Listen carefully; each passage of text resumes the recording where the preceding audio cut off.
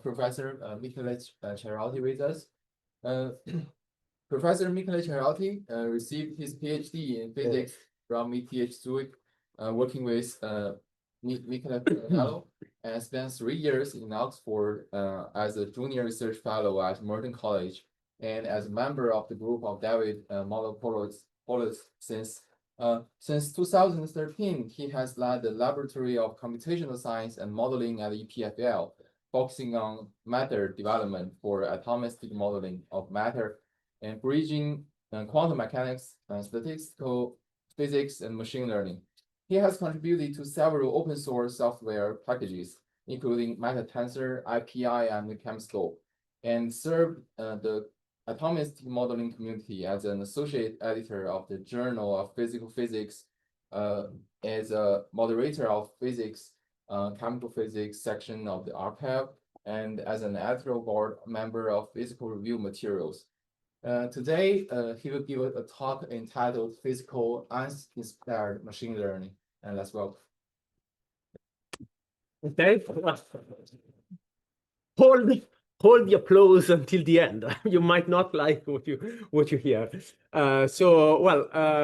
I'm glad to see many people here. Thanks for coming.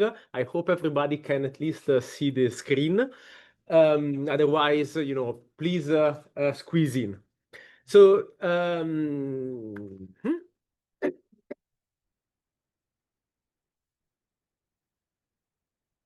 Okay. So to give a little bit of context and background, since I guess that the audience here will be quite mixed. So what do I do? What I'm trying to apply machine learning is basically modeling of matter at the atomic scale. I have probably more background as a theoretical chemist, but I find myself in a material science department, which is why I show the wing of a plane. And essentially, the idea is to model the behavior of matter starting from the atomic scale, which is something which is very nice. We can provide lots of useful insights, but it's terribly slow. And it's terribly slow because if you try to do this from physical considerations, you have to deal with the electronic structure of your system, even without going to anything too exotic.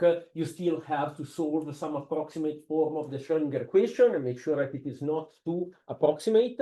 And if you are not just interested in minimum energy of a structure with 5 atoms, but you want to understand the matter in more realistic conditions, you also need to worry about sampling the statistical physics of your system.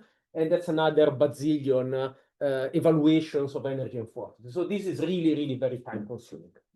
So when machine learning came to town, of course, it's kind of an obvious thing to try and use it to speed up these calculations. And the idea is that not to sidestep entirely the physical based modeling. So not just to jump from the chemical formula of a compound to whatever it will do when you put it inside your body, but try to still go through a chain of physics-based modeling steps, trying to preserve as much as possible the mechanistic insight that you get from physics-based simulations.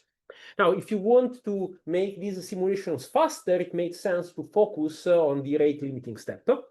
And for, if you want to do simulations that involve electronic structure calculations, the electronic structure calculations are almost invariably the rate limiting step. And so the idea is to take calculations that take as inputs the position and the chemical nature of the atoms and give you something like the interatomic potential, and substitute them with data-driven surrogate models that do the same thing, that get the coordinates of the atoms and give you the potential or any other property that you might obtain from solving the electronic Schrödinger equation.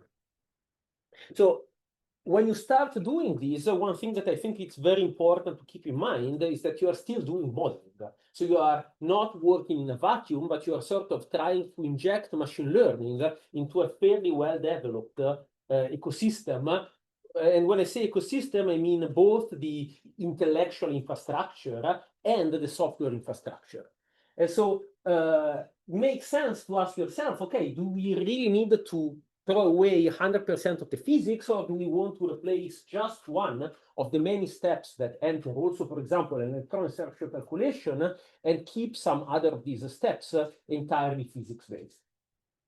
And also looking beyond quantum mechanical calculation, it makes sense to keep in mind that if you are going to do molecular dynamics, so simulate the motion of the atoms, or multi-scale modeling, there are many different places in which you can inject machine learning, and it doesn't necessarily be to be a full replacement, but just take the steps that can most efficiently be replaced with a data-driven paradigm. So I want to start, this is going to be a fairly sort of conceptual talk, but I want to start by sort of giving a brief overview of the type of simulations that you can do injecting machine learning into this physics-based pipeline. And really here I could do 2 or 3 different talks, but I have chosen a few examples that, in my opinion, sort of show different facets of the problem. So I want to start with a problem which is extremely applied. This actually started from a chemical company, BASF, reaching out because they wanted to model the structure of high entropy alloys for catalysis. So they came to us with a list of 25 elements that they were interested in, pretty much the whole D block, leaving out technetium because of obvious reasons, cadmium and mercury for other obvious reasons, rhenium and osmium, I don't know why, but I mean, they were not interested. And the challenge here is that if you just go back 2 or 3 years, the structure of machine learning models was such that you would essentially treat each chemical species as an entirely different entity. So if you wanted to learn the behavior of scandium, you have to learn the behavior of scandium. And then the behavior of titanium, you start from scratch without knowing anything about the behavior of scandium, and without assuming that knowing about scandium can teach you something about titanium. And so the idea that we tried to apply here was actually quite literally going back to the idea of classical elements. So basically trying to project the chemical space of these 25 transition metals into the lower dimensionality pseudo-element space. And essentially the idea being that rather than learning the behavior of all these 25 elements separately, we would learn the behavior of a small number of pseudo-elements and simultaneously the composition of these 25 transition metals in terms of fire, earth, and water. And well, long story short, this works, but an interesting side effect of this is that you can actually look at the weights of the actual elements on the basis of the pseudo elements. And what comes out of this exercise, which I find very pleasing, is that essentially just by trying to build a model that learns well the energy of structures that contain these 25 elements, you find the weights that are arranged just like the elements in the D block. So you sort of rediscover the periodic table. And what I find especially nice, also if you consider the history of the periodic table, the big discovery was not so much that elements have periodic behavior, but that there were holes in the periodic table that corresponded to elements that had not been discovered yet. And here you can see that we have a hole where technetium, rhenium, and osmium should be. And so you can try and essentially just assign to rhenium and osmium weights that linearly interpolate between tungsten and iridium. And what we discover is that by just doing this, you get a model that is not as good as if we had trained it on rhenium and osmium, but decent enough. And the reason why I think that this is a nice example is that it really emphasizes the importance of the representation of your chemical physical problem. Essentially, by using a representation in which the elements live in a continuous space, we can transform a problem that is as extrapolative as it gets, making a prediction for an element that you have never seen before, to a problem which is literally linear interpolation between 2 points. And I mean, once you have this model, it works. You can do simulations in which you make a soup of 25 elements. You try to understand, these high entropy alloys are not really completely disordered. There are correlations between the positions of the atoms. And if you simulate a surface, which of course, if you want to do heterogeneous catalysis is what you're interested in, you can also study the relative propensity of different elements to segregate at the surface, which is essentially what they want to do at BASF is do a high entropy alloy catalyst and have all the expensive stuff go to the surface so that they can be used to promote the reaction. Moving on to a completely different class of materials, you can also use these machine learning models to study ferroelectrics. Ferroelectrics are basically the dielectric equivalent of a ferromagnet. So these are materials that develop spontaneously an electrical polarization. And barium titanate is sort of the archetype of this class of materials. And it's particularly fun because it actually goes through a series of phase transitions as you change the temperature, in which local dipoles within each cell are oriented in a different way. And the nice thing is that since you can build models not just for the energy, but also for the dielectric polarization, you can also simulate finite temperature dielectric properties. And DFT and have a much better scaling with the box size. You can, when you look at it's actually pretty neat.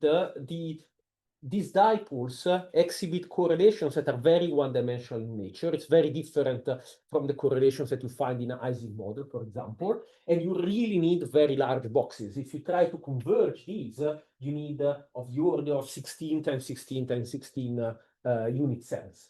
And basically, data. So you said it's much cheaper than DFT, but yes, you use DFT to train them. But you train on a small box.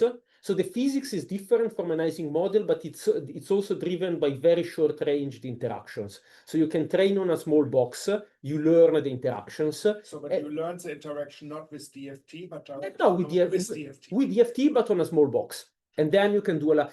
And actually, I mean, people used to do this with empirical Hamiltonian models, but here you don't have to discretize and coarse-grain the problem. You can really simulate all the degrees of freedom in your system and converge the finite size effects very, very well. Does this have explicit electrostatics in it? No, and you don't actually need it because it's short-range dipoles, and then the correlations are emergent.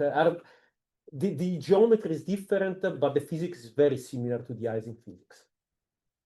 Another example, I mentioned this idea of replacing only some parts of a machine learning model with, of a physical model with machine learning.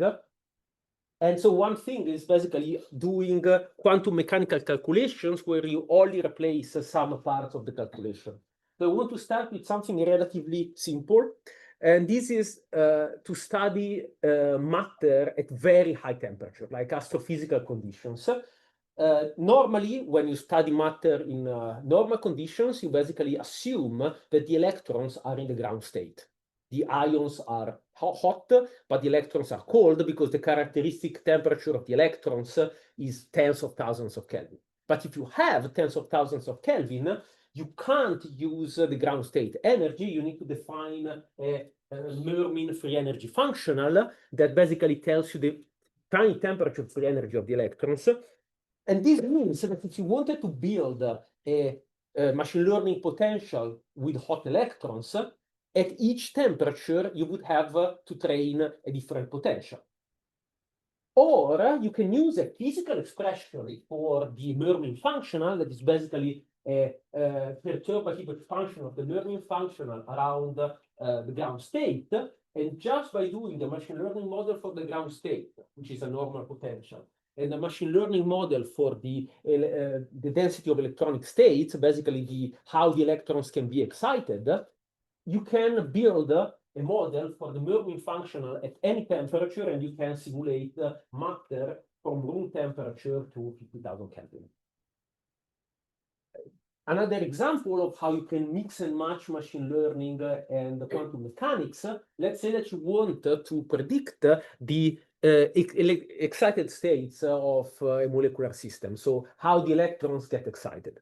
So one very crude way of doing this is to look not at the ground state energy levels of the Hamiltonian, but to look at the excited states.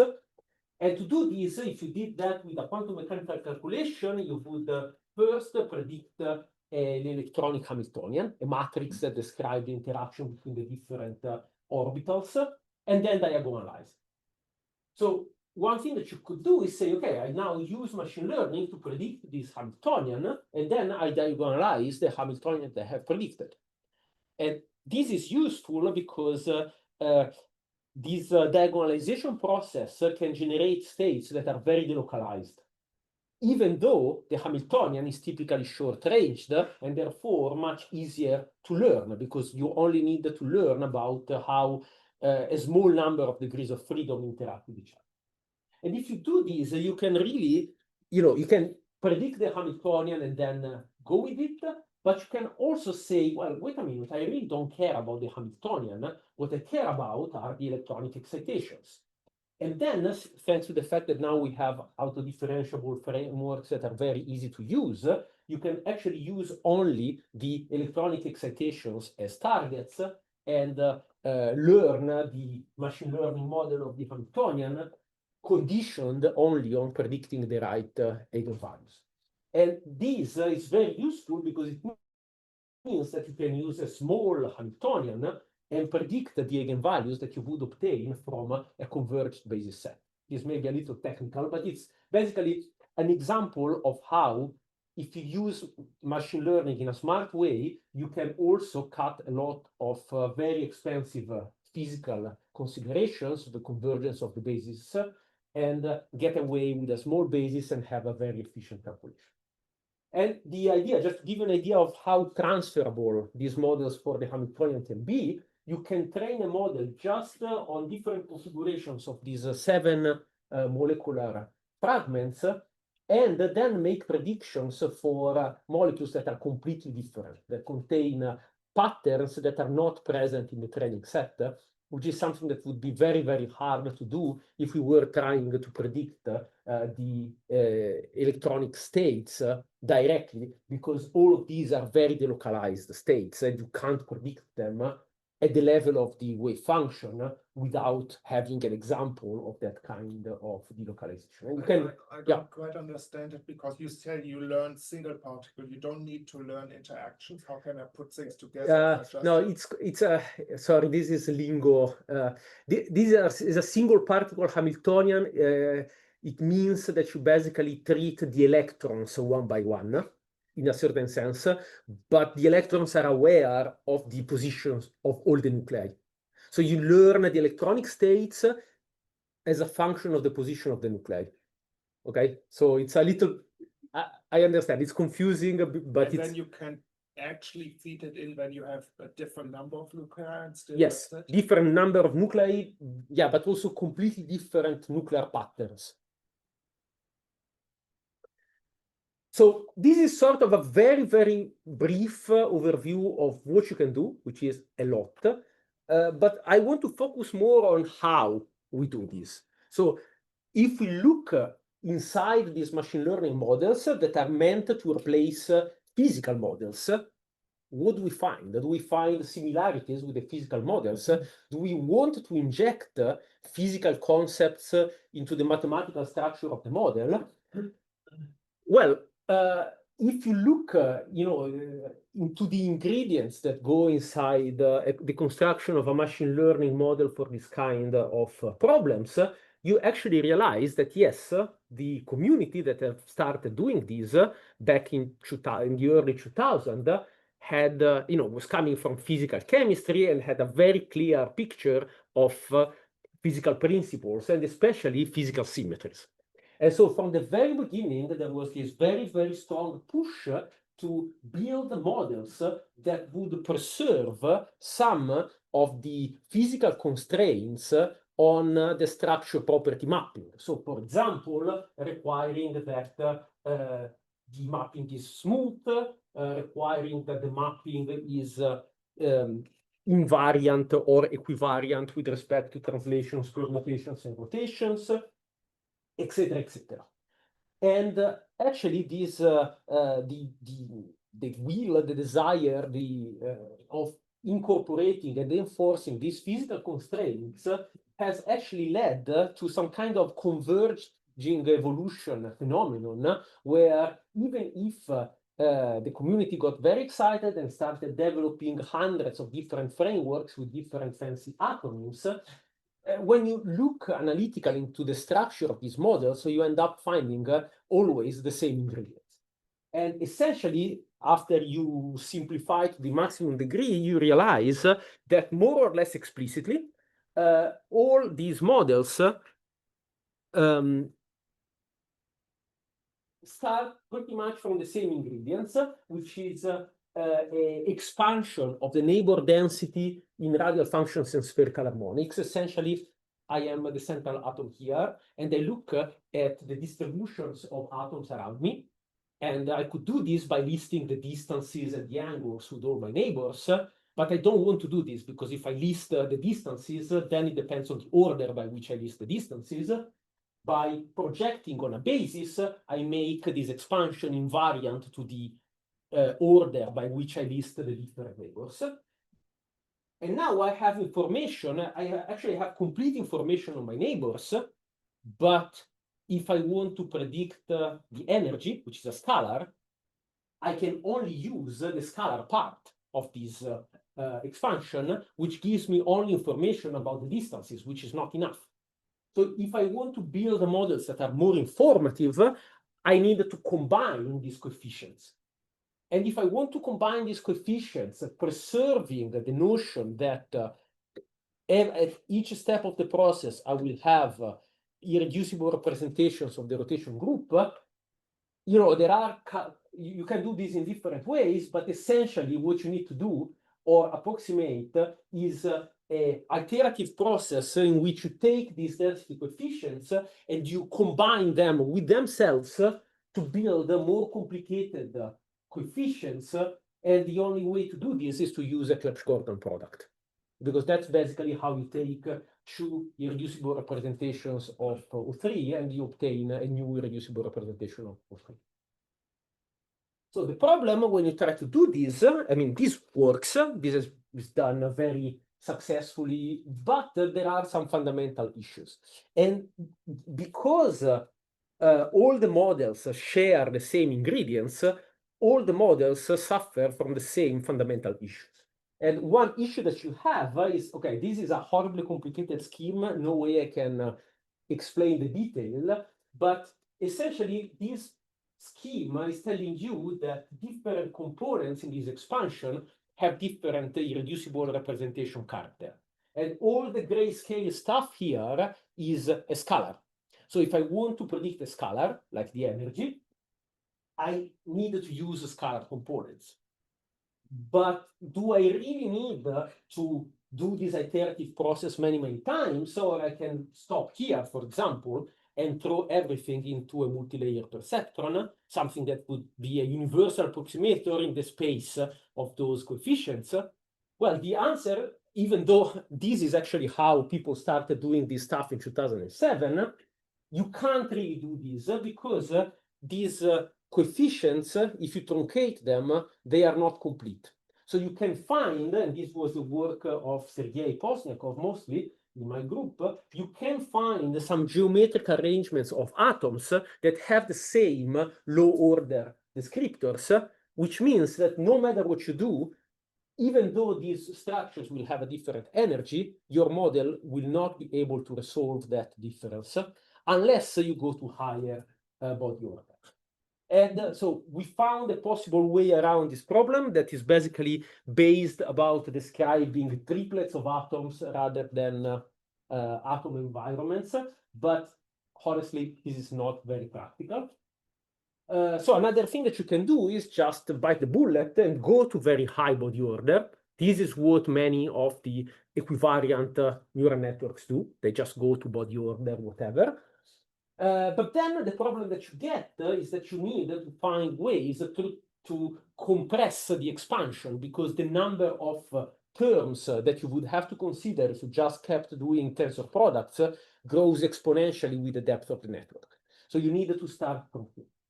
So we have an alternative solution that actually allows you to go to very high body order without having this explosion of the number of coefficients, which is based on kernel trick. So essentially, if you want to build the kernels out of these descriptors, you need to compute the descriptors for two structures and contract them into a kernel. And what we found is that you can build these kernels. Essentially, this is a tensor contraction trick. You can build these kernels without ever computing the coefficients. And again, it's a nice idea, but it's very complicated. So essentially, I don't think that anybody implemented it but us. And then even if you solve this problem, you start finding other problems. So for example, all these models are intrinsically short-ranged. You can do message passing, but it's not a very efficient way to transfer information that is essentially pair interactions between atoms. And it's an interaction that decays very slowly. You need to go to hundreds of angstrom, hundreds of times the typical interatomic distance to be able to make this term become negligible. And so a possible solution to this that we started already working on in 2019 is essentially to solve the problem using the same techniques that people have been using physically for decades, which is basically going to reciprocal space, building descriptors that correspond to an electrostatic potential, sort of an abstraction of the electrostatic potential, and use them as the basis to build machine learning descriptors that are aware of long-range interaction. And there are many different ways. We do now this in an equivariant manner, and it can be combined with message passing. And this is a very effective way of incorporating long-range information. But of course, many fields, the bitter lesson has arrived, and I'm starting to fear that it has also arrived in this field. And so basically, this was started again by Sergey, who has actually a dual degree also in computer science, and he was like, yeah, wait a minute. I mean, we're doing all this work to make the models rotationally equivariant, but essentially we're working with point clouds. And if you look in 3D shape recognition, no state-of-the-art model bakes equivariance into the model. They all simply learn equivariance through data augmentation. So why not doing the same thing as well? And so Sergey put together a very simple, I mean, it looks complicated because, it looks complicated to me because I can't read these diagrams, but essentially simply building embeddings for the edges of the different neighbors in Cartesian space, and then throwing them into a transformer. Very, very, no complicated Clebsch-Gordon products, nothing very specific. And to my surprise and a certain disappointment, this works super well. So essentially, this back in 2023, provided that you fed enough amount of data that it was not even that much data, could beat all of the equivariant architectures when trained on similar datasets. And so basically this was made by a postdoc in my lab, and I always wonder whether I should be offended by it. But maybe the message is that even though all of these equivariant models are very pleasing from a formal perspective, and certainly I'm very happy to see that all the suffering I went through to learn Clebsch-Gordon products for angular momentum algebra can be useful again. Maybe it's actually better to just let the models learn rotational equivariance. And so we started trying to get a little bit more serious about this. And since everyone is doing universal models, we thought that we would do a universal model as well. However, I really don't like the current trend of going to 100 billion DFT calculations that are computed with very poorly converged parameters. And so we tried to build a smaller data set. And I'm very glad that we're in Europe because we can call it maximum atomic diversity without getting our grants cancelled.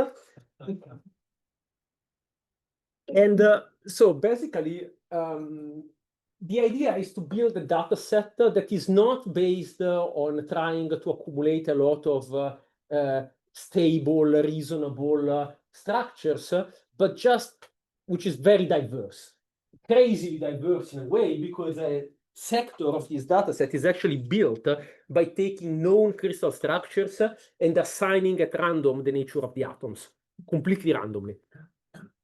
And so this gives you a data set that it has only 100,000 structures, but contains more diversity than you find inside data sets that contains 300 million structures.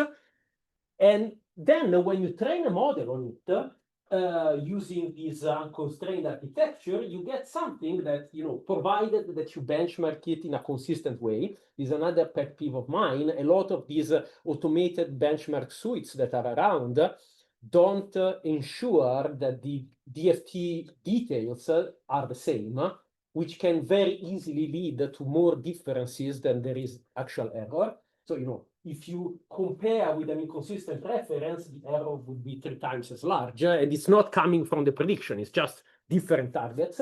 But if you do things consistently, you get basically perfectly comparable accuracy to modern models with almost 1,000 fewer training structures. And if you, yes. So can you give an intuition on why that is the case? Because I think that these huge data sets are not designed very well. They are, for example, all of these data sets that are built with materials projects settings. I mean, it's crazy. So the materials project settings were designed to do high throughput calculations, and they were very carefully and smartly designed to do high throughput calculations. And so, for example, if you find a transition metal and oxygen, you switch on a correction. It's called the Hubbard U correction. And you only switch it on if you have oxygen and a transition metal. This basically means that if you have iron oxide, your iron atom will have an energy that differs by 6 electron volt from iron in bulk iron. So the data set is intrinsically very inconsistent. And this makes it very, of course, machine learning can learn everything. It can learn to have iron behave completely differently when it's in the same structure as oxygen. But I think that's not a good idea. And the other thing which I don't think is very good in these huge data sets is that they try to focus on reasonable, stable structures. And I don't think there is reason to do that. It's much better to have something that contains a certain degree of very crazy, insane structures. So this is also pretty fast, and I will return to this. So thanks to the unconstrained architecture, we are basically faster than most models, except ORB. And I will return to this. We are slower than ORB because ORB does a trick that I will discuss later. It's non-conservative. And another thing which I think is very important is that you have to do benchmarks because otherwise people don't take you seriously. But I don't care about benchmarks. We want to do real simulations. We want to be able to do stuff like this, simulating the melting point of gallium arsenide. So you can do these simulations with these, and you simulate the melting point of gallium arsenide. And without getting into details, this is done by simulating the coexistence between the solid and the liquid phase and computing the difference in chemical potential between the 2 phases. And then you do this at different temperatures, and when the difference in chemical potential is 0, that's your melting point. Now you do this, and you find a melting point of 1100 Kelvin, which is pretty crap because the melting point of gallium arsenide is more like 1500 Kelvin. So why is it the machine learning potential is not good? Well, one way to test is to train a model that is not meant to describe the whole periodic table, but only gallium arsenide. It can be much, much more accurate. And you can do this either by training only on gallium arsenide or by fine-tuning the universal model. And you get actually that the difference is only about 50 Kelvin. And it's not enough. And so essentially the message is here, the problem is not the machine learning model, is the reference DFT. So another very important point, another reason why I think it would be better to make these training sets smaller is that you need a more accurate electronic structure reference.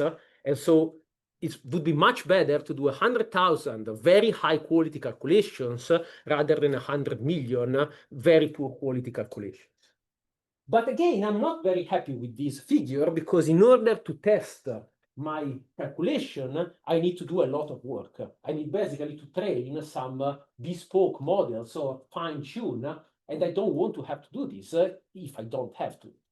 And so we actually incorporate a technique that allows us, even through this pretty complicated thermodynamic integration part that we have to follow here, well, not really thermodynamic integration, but I mean, complicated sampling strategy that we need here, we can basically generate an ensemble of predictions. We do a single trajectory, and we can get a distribution of melting points.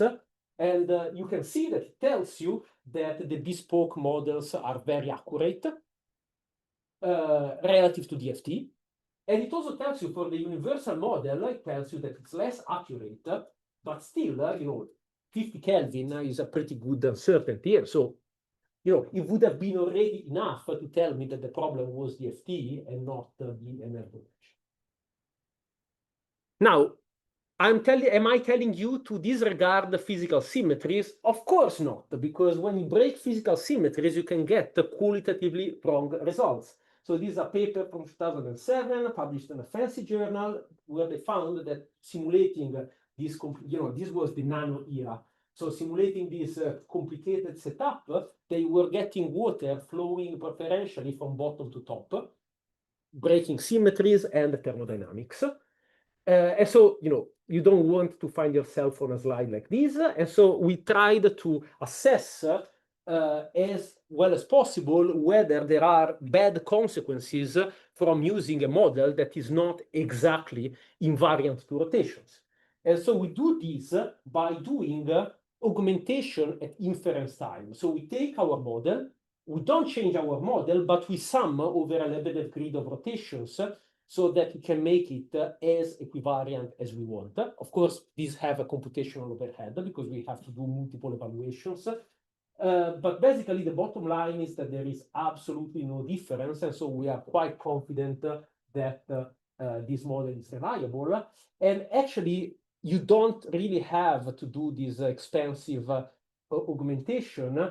You can do a very cheap old trick, which is that if you do molecular dynamics, at each step, you evaluate a different random rotation of your system. And this gives you, very small errors in the conservation of energy and gives you, on average, perfectly invariant behavior. Now, let me get back to Orb. Why is Orb so fast? Well, Orb is so fast because it doesn't do what every self-respecting physicist would do. So it doesn't compute the forces by differentiating, as somebody with a physical training, I was so happy that Torch allowed me to do dot backward and get the forces without having to implement the derivatives myself. So I was very happy with that. But it comes at an overhead of about a factor of 3 versus just sticking an additional head onto your model and predicting the forces directly as an output of the model. So we try to do this for our PET MAD model, and indeed we become as fast as orb. So should we do this? No, it's a very bad idea, because if your force is not the derivative of a potential, you don't conserve energy, meaning that if you run a simulation at constant energy, the kinetic energy of your system will drift away and your system will explode. And we'll do this super fast. If this looks benign, but this is like 100 billion Kelvin per second. So it's really very, very bad. And this is not just a problem of orb or of PET MAD. Every model that is not conservative will have this problem. And you might think, okay, just add a thermostat so that on average the temperature is right, but then you look separately at the kinetic energy of the oxygen and the hydrogen, and you see that you have broken equipation. Now, when we started working on this, my idea was really to say, okay, no, don't do non-conservative forces. It's a bad idea. And it is a bad idea, but you can use them wisely, and then they can actually be used. Because every time you do direct force prediction, you can always also predict an energy, completely cheap. And every time you need it, you can backpropagate and get forces that are conserved. And so what you can do is when you train your model, rather than training it by computing the forces by backpropagation from the start, you start training with non-conservative forces. And after a while, you switch on this direct force prediction and you fine-tune. So effectively, this is a log scale. We save more than a factor of 4 on training time by starting to train a non-conservative model and then fine-tuning it with conservative force. And also, when you do inference, you can apply an old trick that was used to speed up calculations with electrostatics, where basically you compute at every time step a cheap force, in our case, the direct force, and then every 4 or 8 steps, you apply a correction that is basically the difference between the cheap and the expensive force. So essentially, this means that we do evaluate backward derivatives, but only once every 8 steps. And as a result, we get trajectories that are perfectly stable and that effectively recover 80% of the speed up of doing direct forces. And I want to stress that this is something that works pretty much out of the box. So you take PET MAD, you do a simulation of an ionic liquid, and with the conservative head, it's very stable. With the direct force prediction, it blows up very fast. If you apply a thermostat, the direct force prediction seems to be working fine, but oops, my chlorine atoms are now at 2000 Kelvin rather than at 500 Kelvin. But instead, if you use this multiple time stepping trick, everything works really well. You get statical and dynamical properties perfectly consistent with the conservative trajectories, and it's about a factor of 2.5 faster. So can be used. And this is sort of a preview, but even though we deliberately built a small data set for all the reasons that we discussed, you can scale these unconstrained models up to very large data sets, and they work as well as the equivariant ones, and they tend to be much faster. So essentially, so this is the ESEN model from Meta, and we are as accurate, actually also a little bit more accurate with a large model, and we are about a factor of 5 faster, and we are as fast as the small mains model, but a factor of 5 more accurate. Yes? Instead of averaging at the end, you just augment the data set by just doing estimations, rotations. Yes. You get the same like stabilization because of that augmented data. Oh, we only do, we don't do, so we do inference time augmentation only as a sanity check. In practice, we don't do it. But when you do, When you train with random augmentations by default. Yes. similarly for the conservative response courses, can you randomly augment the data set by just defining that it can come from potential? It's like plugin. Or can you augment the data set by just, having it learn that conservative forces seem to always exist in nature? Like, don't implement ahead of time that it has to be from potential, then just when it doesn't have the right forces. According to the Well, when non-conservative models are trained on conservative forces, augment against kind of blow-ups, right? but precisely because the target is conservative, you don't really gain much by penalizing non-conservative predictions first, and second, it's actually very expensive to in order to penalize non-conservative predictions. No, I don't have it. Okay, so to check point-wise for non-conservativity, you need to check that the dfi over drj is equal to dfj over dri, which means that you need to compute the Hessian of your potential, which is far more expensive than computing the forces. So there is, but yeah, basically, yeah. I will get back to that in the conclusions, but very quickly, I just want to sort of show another crazy idea. This now is really Filippo and also Sangyu, who happens to be here independently. The idea is basically, okay, if we are starting to relax the requirement of having conservative forces, how about not using the forces at all? How about predicting MD far into the future? So can we do MD with longer time steps by taking QMP at time t and predicting QMP at time t plus delta t? And, it does work. So we can build a universal model that this is the same model, and we can apply it to lithium phosphate, to alanine dipeptide in water, to aluminum 110, and in every case you get stable dynamics up to several tenths of femtoseconds, and it's not perfect, but it always captures the qualitative behavior of these problems, and so the idea is also that we do this by predicting constant energy dynamics, which is nice because it means that you can also very easily add a thermostat or a barostat just by using a Liouville factorization trick.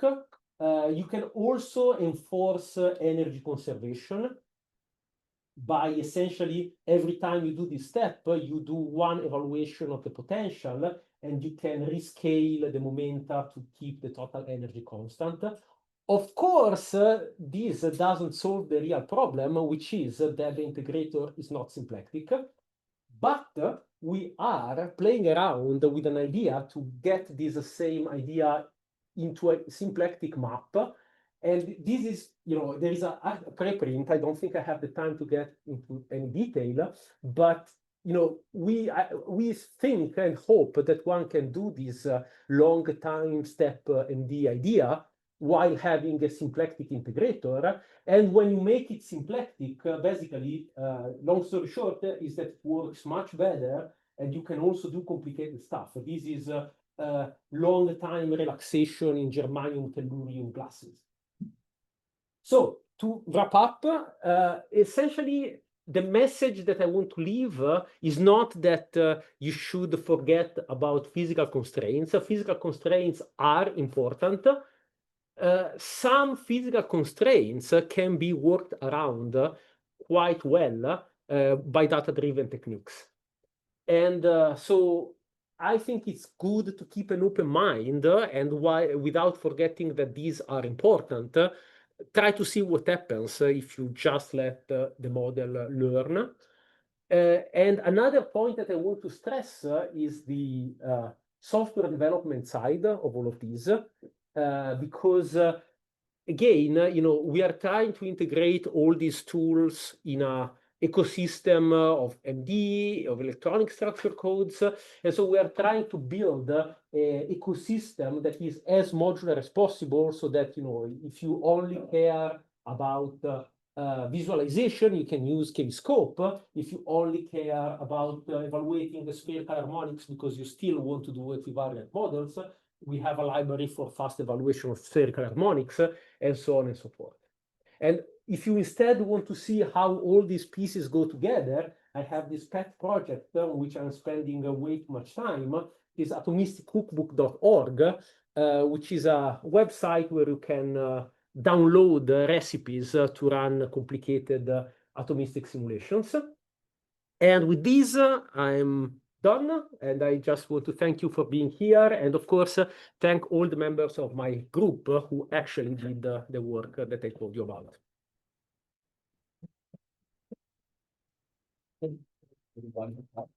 Now we have several minutes for questions. Yeah, I have a question about the quality versus quantity debate that you mentioned. And you mentioned that there's an inconsistency between the data quality within the materials project. And you mentioned you add the perturbations, ultra perturbation to the location of your the position of your atoms.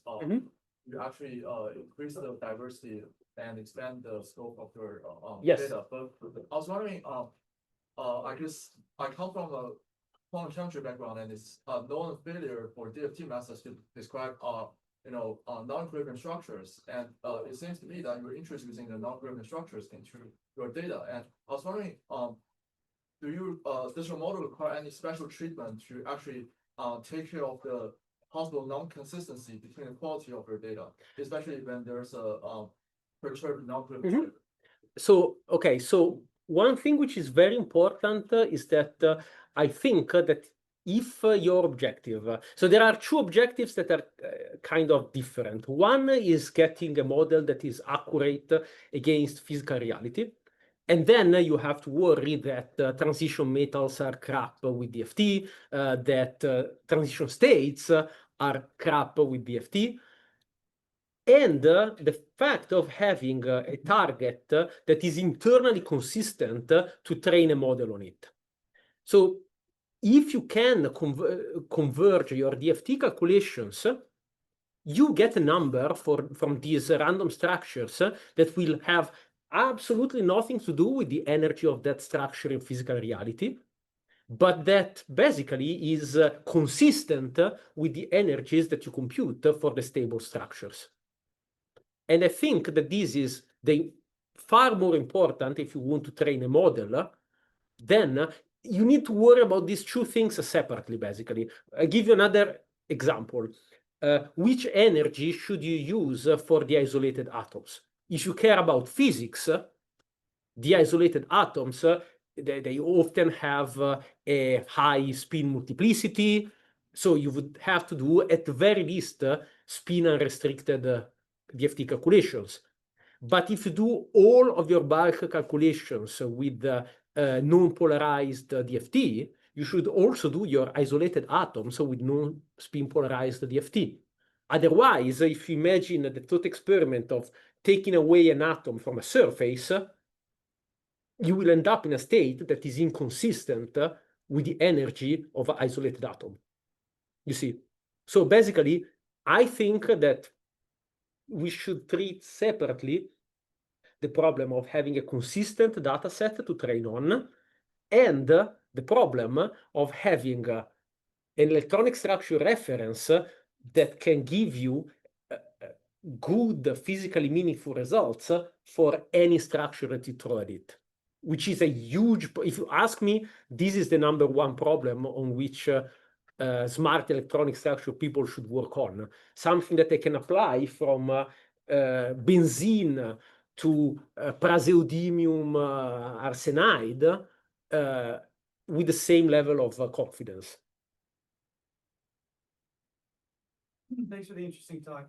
For the non-conservative training to conservative training, I assume that it becomes difficult to apply, say, reinforcement learning to train your potential in this case.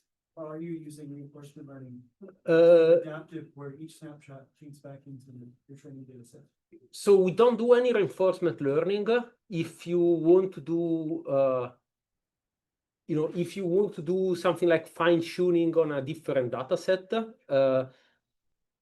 typically those are very short and inexpensive, and I would do them with conservative switched on. So typically this is more what, for example, when we are now trying to do this billion, just to see how the model behave in that data set regime. And we typically do the pre-training with non-conservative forces, then we fine-tune with conservative forces, and then if you want to transfer learn on a different data set, you do that with conservative on, because that's cheap anyway.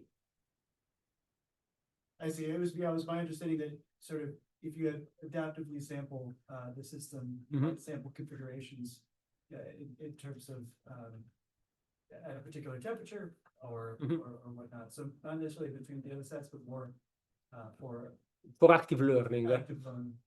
Yeah, I don't know. I mean, another important point why I am less excited about non-conservative model than non-constrained, non-rotationally constrained models is that you don't save that much. You save a factor of 2, factor of 3. If you can get that without risking major messing up everything, then bang, factor of 3 is not that bad. But it's not something that allows you to do something that you cannot do otherwise. Last question. My intuition would be that a non-equivariant model would require more parameters to achieve the same accuracy as an equivariant model. Is my intuition just like wrong, or? No, it's actually quite possible. It's quite possible, but it's always, of course, an issue of how much compute you spend per parameter. So here we use almost 50, no, 30 times more parameters, but it's 5 times faster. So it's quite likely that you need, or at least can. There is actually a very good. So I don't know how familiar you are with, but if I say ACE, it tells you something. Okay, fantastic. So if you take ACE is a very good example, because you can actually, the way ACE models are implemented, they compute stuff in the non-symmetric polynomial space, but with zeros essentially, where the wrong symmetry terms should be, because that's faster to evaluate. So basically, you have more parameters formally, but they are zeros, no? Because computationally, it's cheaper to do that. And so I think it's in a way, it's the same thing. If you were to train with rotational augmentation there, those coefficients will not be exactly 0, but they would go very close to being 0. And it still would be cheaper to evaluate than evaluating only the non-zero terms. Yes.